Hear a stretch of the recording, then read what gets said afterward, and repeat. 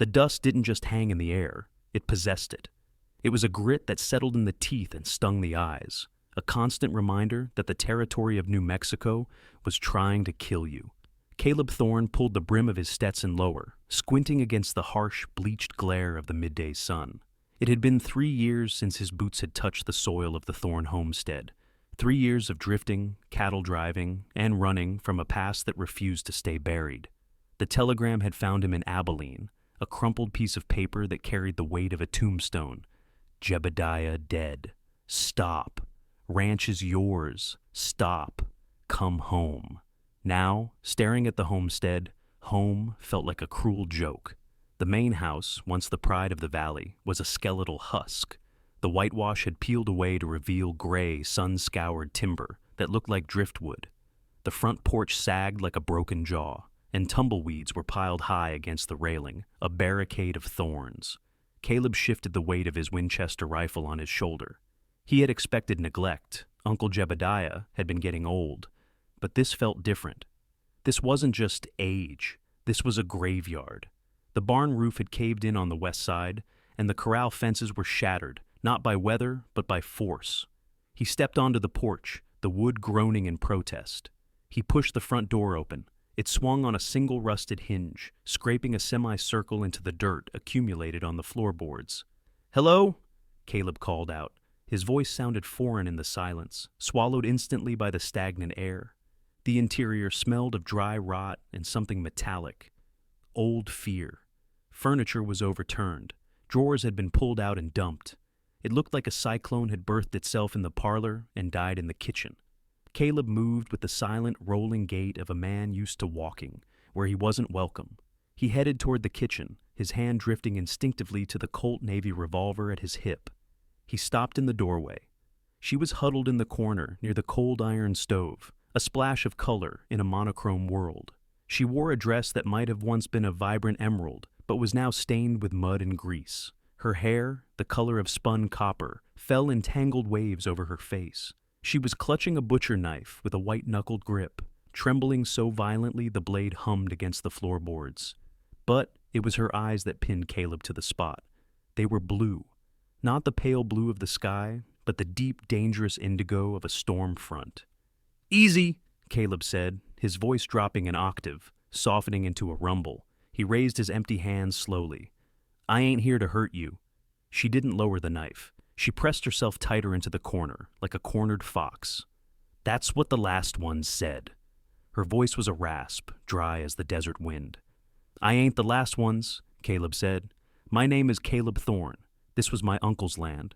Jebediah. Thorne." The name seemed to hit her like a physical blow. The knife wavered.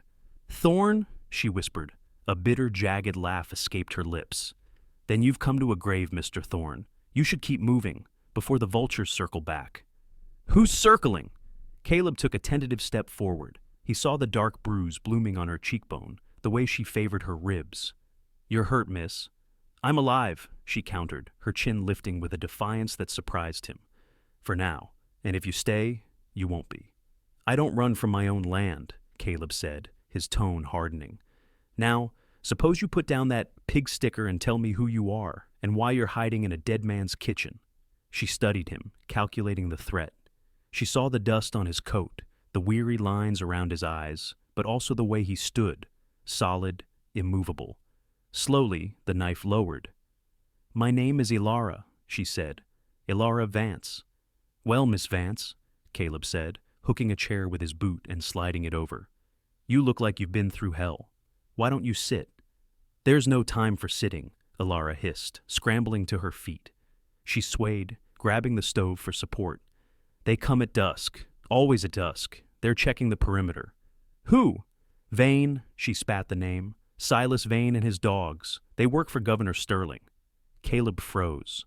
Governor Sterling was the most powerful man in the territory, a man whose pockets were lined with silver, and whose enemies had a habit of disappearing. "Sterling, what business does a school teacher—" "You look like a teacher, ma'am. Have with the governor?" "I have proof," Elara said, her voice trembling again. "Proof that Sterling isn't just a politician. He's a butcher. He's selling Apache land rights to foreign mining conglomerates and using the army supply chains to traffic women across the border. Caleb felt a chill that had nothing to do with the drafty house. That's a hanging offense, for him or for you if you're lying. I'm not lying, Elara cried out, then clapped a hand over her mouth, eyes darting to the window. I was the tutor for his daughter, Amelia. I heard them. I stole the ledgers. That's why they killed your uncle. Caleb's world tilted. Jebediah died of a stroke. That's what the wire said. Jebediah Thorne died because he hid me, Elara said softly. He was a good man. He tried to get the ledgers to the marshal in Santa Fe. Vane caught him in the barn. They beat him until his heart gave out, then staged it. The rage started in Caleb's gut. A hot coal fanned into a blaze. He looked at this woman, this terrified, defiant stranger who had brought a war to his doorstep. He should leave. He should get on his horse and ride until New Mexico was a memory. But he looked at the floorboards where his uncle had walked. He looked at Elara Vance, whose only crime was the truth. "Where are the ledgers?" Caleb asked. "Hidden," she said. "Safe." Before she could say more, the sound of hoofbeats thundered into the yard. Not one horse. 6. Elara turned the color of ash. "They're here." Caleb moved with a speed that belied his exhaustion. He grabbed Elara, pulling her away from the window. "Listen to me, do exactly what I say." "We have to run," she pleaded. "Too late for running," Caleb growled. He yanked his shirt untucked, messed up his hair, and grabbed a bottle of whiskey from the overturned sideboard, splashing some on his neck. He pulled Elara close. She stiffened, but he held tight. "We're lovers," he whispered harsh and fast.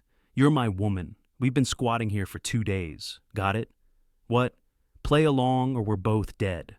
The front door was kicked open, slamming against the wall with a crack like a gunshot. 3 men filled the doorway. The leader was a towering figure in a black duster, his face a map of scars, his eyes void of anything human. Silas Vane. "Well, ain't this cozy?" Vane drawled, his voice like gravel in a churn. He stepped inside, spurs jingling. 2 men flanked him, shotguns leveled. Caleb spun around, feigning a drunken stumble, keeping Elara tucked under his arm. "Hey now, can't a man get some privacy? This is private property." Vane's eyes swept over them, lingering on Elara. "We're looking for a rat, a little red-headed rat that stole something from the governor." "Don't know no rats," Caleb slurred, tightening his grip on Elara as she buried her face in his chest. "Just me and my intended. Molly here. We're fixing the place up." Vane stepped closer, the smell of stale tobacco and violence rolling off him. He reached out with a gloved hand and tilted Elara's chin up. She kept her eyes down, trembling. "You're a pretty thing for a squatter. You got a name, girl?" Molly," Elara whispered, her voice breaking perfectly. Vane stared at her for a long, agonizing second. Then he looked at Caleb. "You're Caleb Thorne, Jebediah's nephew." Caleb dropped the axe slightly, letting a hard edge show. "That's right, and you're trespassing." Vane chuckled darkly. "Your uncle was a stubborn old mule, died hard. Shame if the family line ended here." He turned to his men. "Tear the place apart. If the ledgers are here, find them." "You got no right," Caleb started. Vane backhanded him. It was a fast, brutal strike that sent Caleb reeling against the wall. Elara screamed. "I have every right," Vane snarled. "I am the law in this valley."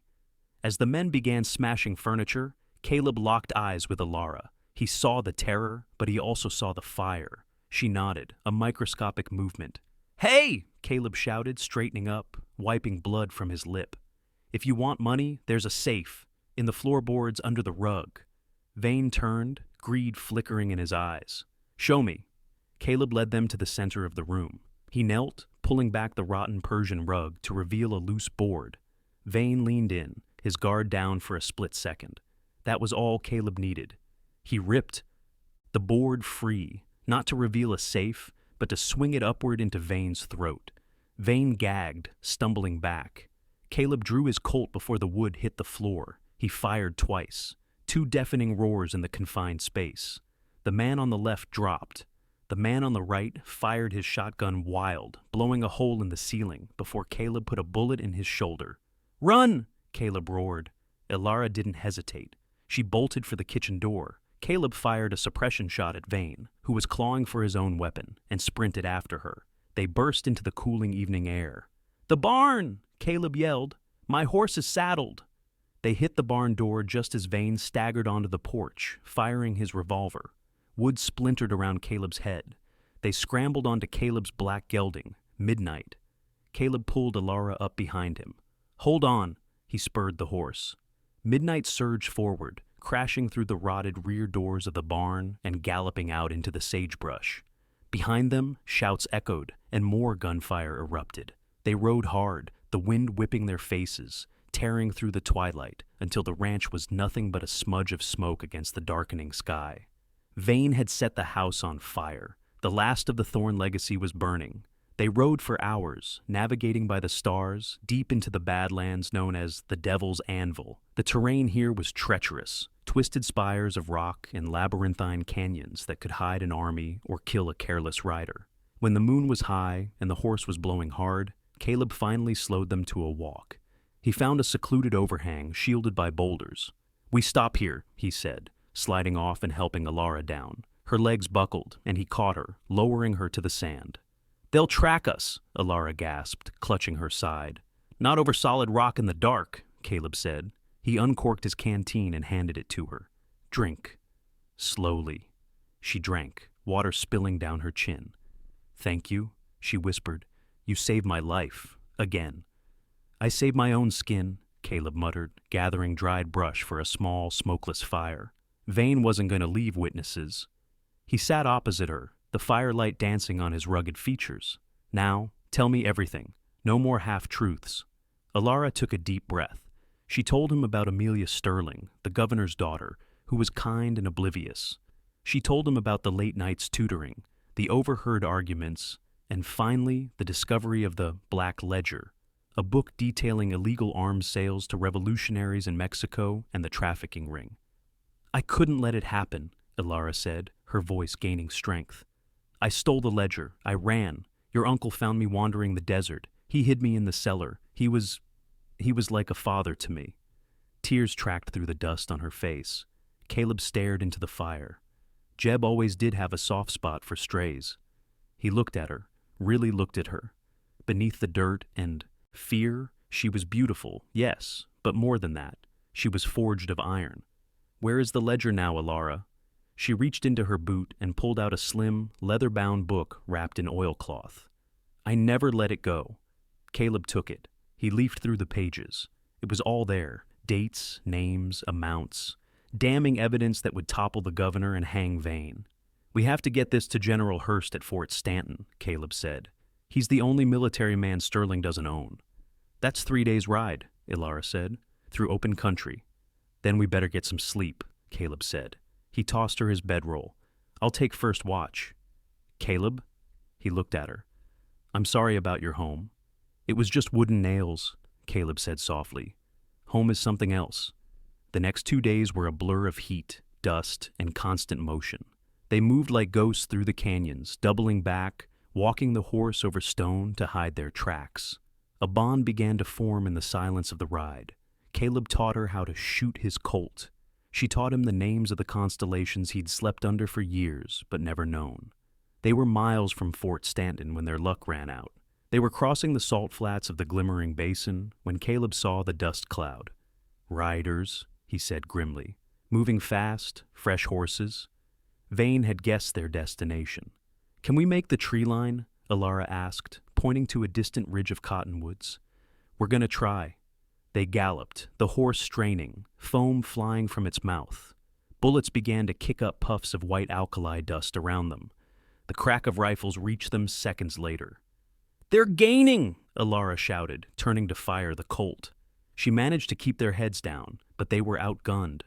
They reached the ridge, diving into the cover of the trees. Caleb pulled the rifle from its scabbard. "Get to the high rocks!" he ordered. "Pin them down!" For an hour they held the line. Caleb was a marksman, and every time a head popped up, he sent a warning that shaved stone inches from their faces. But Vane had numbers. They were flanking. "We're trapped," Elara said, reloading with shaking hands. "Not yet." Caleb looked at her. There's a box canyon a mile east. If I can draw them off, you can slip through the gap and ride for the fort." "No," Elara said fiercely. "We stick together. Elara, you have the ledger. That book matters more than us." "You matter to me!" The words hung in the air, heavy and real. Caleb grabbed her shoulders. "Then make sure I didn't die for nothing. Go!" He slapped the horse's rump, sending it bolting. But he didn't send Elara with it. He sent the horse as a decoy. "Come on," he grabbed her hand. "We're going on foot into the devil's throat." They scrambled down into the jagged ravine. It was suicide terrain, but it was their only hope. They moved deeper into the shadows as Vane's men chased the riderless horse. They found a cave system near dusk, old Apache tunnels. They huddled together in the dark, shivering as the desert temperature plummeted. "I thought you were sending me away," Elara whispered, leaning against him for warmth. "I couldn't," Caleb admitted, his arm going around her. "I'm a selfish man, Elara. I couldn't watch you ride away." She turned to him, her face inches from his. "You're a good man, Caleb Thorne." He kissed her then, a desperate, dusty kiss that tasted of survival and longing. It was a promise made in the dark, a vow that if they lived, this wouldn't be the end. Morning brought the sound of dogs, bloodhounds. "They found the horse," Caleb said, checking his ammo. "They know we're on foot." They moved through the tunnels, emerging on the other side of the ridge, overlooking a small mining settlement called Silver Creek. It was a ghost town, abandoned when the silver veins dried up. "There," Caleb pointed, "the telegraph office. If the lines are still up, we can wire the fort." They ran for the dilapidated building. Caleb kicked the door in. The equipment was dusty, but intact. "Do you know Morse?" "My father was a station master," Elara smiled grimly. She sat at the key and began to tap. Dot, dot, dash. SOS. Governor corruption, proof, send Cavalry Silver Creek. She repeated it 3 times before the wire went dead. Cut. "They're here," Caleb said, moving to the window. Vane walked down the main street of the ghost town like a wraith. 10 men fanned out behind him. "Come out, Thorne," Vane shouted. "We know you're in there. Send out the girl in the book, and I'll give you a quick death." Caleb looked at Elara. "Did the message get through?" "I don't know." "Then we buy time." Caleb smashed the window with his rifle butt and opened fire. He dropped 2 men instantly. The street erupted into chaos. Bullets shredded the wooden walls of the telegraph office. Splinters flew like shrapnel. "Keep loading for me," Caleb yelled, passing Elara his empty revolver while he fired the rifle. They fought like demons. Vane's men tried to rush the porch, but Caleb cut them down. Elara fired through the floorboards at men trying to crawl underneath, but they were running out of ammo. "Last clip," Caleb said, his face streaked with soot and sweat. "I love you," Elara said, grabbing his hand. "I love you too, darlin'." The door crashed inward. Vane stood there, bleeding from a graze on his temple, his gun raised. "End of the line," Vane sneered. Crack. Vane's chest exploded in a spray of red. He looked down, confused, then toppled forward, dead before he hit the floor. Behind him, in the street, the thunder of hoofbeats shook the ground. Not 6 horses, 50. The U.S. cavalry poured into the town, blue coats flashing in the sun. General Hurst himself led the charge, pistol drawn. The remaining hired guns threw down their weapons, surrounded. Caleb slumped against the wall, sliding down until he hit the floor. Elara dropped beside him, burying her face in his neck, sobbing with relief. 6 months later, the new house on the Thorne homestead smelled of fresh pine and baking bread. It was smaller than the old one, but sturdy. The corral was full of horses, and cattle grazed on the greening hills. Caleb stood on the porch, watching the sunset paint the sky in violets and golds. He heard the screen door creak.